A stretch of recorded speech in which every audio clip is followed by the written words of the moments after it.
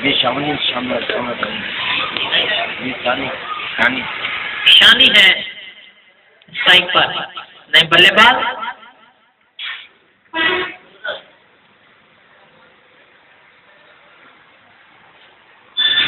शानी ने पिछले टूर्नामेंट में अच्छी बैटिंग की थी और इस वक्त गेंद को खेले हैं, गेंद जा रही है डीप लॉन्ग ऑफ पर, वहां फील्डर ने गेंद को फील्ड किया, 1 रन बनाने का मौका था, 1 रन लिया शानी ने।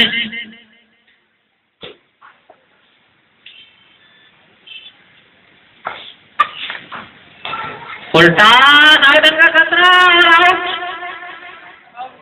फुलटा को उठाकर खेलने की कोशिश की, गेंद ने एक तिलक में विकेट कीपर के पीछे चली गई, तिलक के फील्डर ने दौड़ लगाकर ये कैच लिया। तो इस ओवर में ये दूसरी विकेट है रहमान की।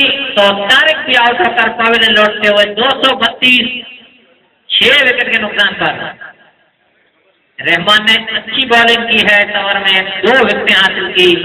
कैच ड्रॉप जरूर हुआ लेकिन उन दोनों बल्लेबाजों को आउट करने में वो कामयाब हो गए।